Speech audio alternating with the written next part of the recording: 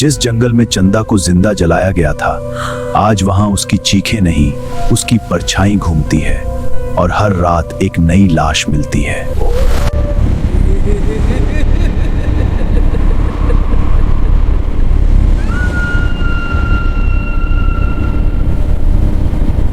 कभी एक जंगल जलाया गया था और उसके साथ किसी की आत्मा भी जाग चुकी थी।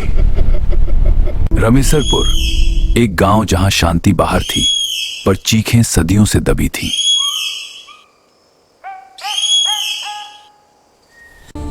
चंदा, मासूम चेहरा, पर किस्मत पहले से ही मौत के साए में चल रही थी। रमेसर काका, जिसकी आंखें बेटी के लिए सपने बुनती थीं, पर शायद आखिरी बार। चंदा की शादी नदेसर से हुई, पर यह मिलन शुरुआत नहीं, अंत की भूमिका था। कुछ ही दिनों में चंदा सबकी प्यारी बन गई, पर खुशी की उम्र बहुत छोटी थी।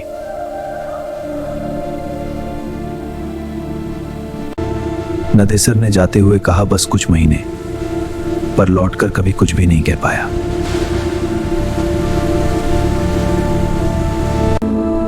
काम पर हाथ चलते थे, पर दिमाग सिर्फ चंदा की मुस्कान में अटका था।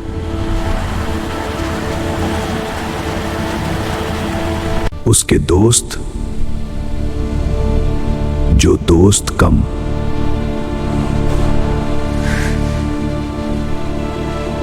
एक दिन उन्होंने कहा, चलो गांव चलते हैं, पर उनके इरादे इंसानी नहीं थे।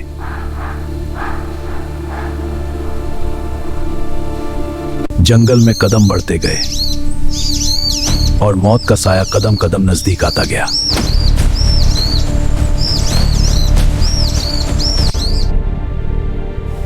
उपहार नहीं, जिसकी गांठों में सिर्फ खून लिखा था। उन्होंने कहा, भाभी को सरप्राइज देंगे, पर सरप्राइज मौत को कहा जाता है क्या?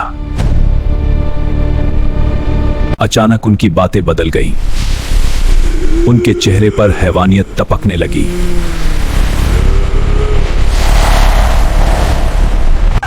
छोड़ दो! बचाओ! हाथ बचाओ! नदेसर और चंदा चीखे, पर जंगल सुनता किसे है। उन्हें घसीटकर उस जगह ले जाया गया जहां सिर्फ जानवर रहते थे, इंसान नहीं। उन्होंने नदेसर को बेरहमी से खत्म कर दिया। उसकी सांसें आखिरी तक कांपती रहीं।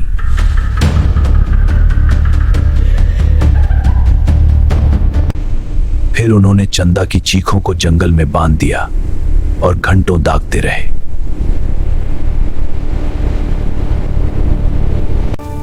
अंत में उन्हें पत्तों में लपेटकर जला दिया गया, जैसे वह इंसान नहीं, कुछ और होगा।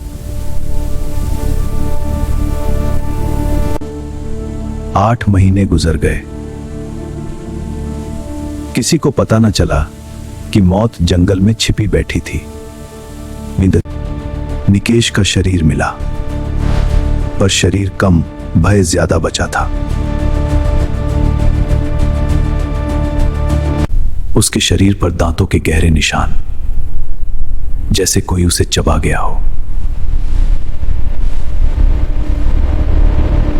उसकी बहन बोली, भैया किसी से बात कर रहे थे, पर वहां कोई था ही नहीं। अचानक एक काली छाया मेरे पास खड़ी हुई, आंखें अंगारों जैसी।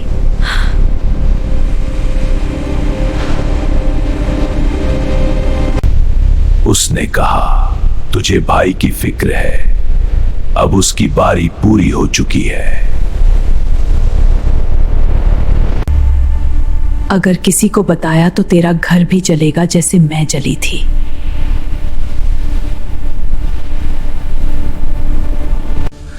पुलिस भी समझ गई, ये इंसानी नहीं, जंगल की आत्मा का बदला बुरा अपराध।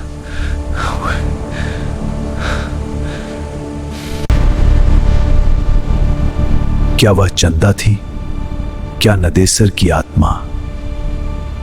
या कोई और दानवी शक्ति। बाकी 4 दोस्त कहां हैं? कौन अगला मरेगा? कहानी अभी खत्म नहीं हुई है।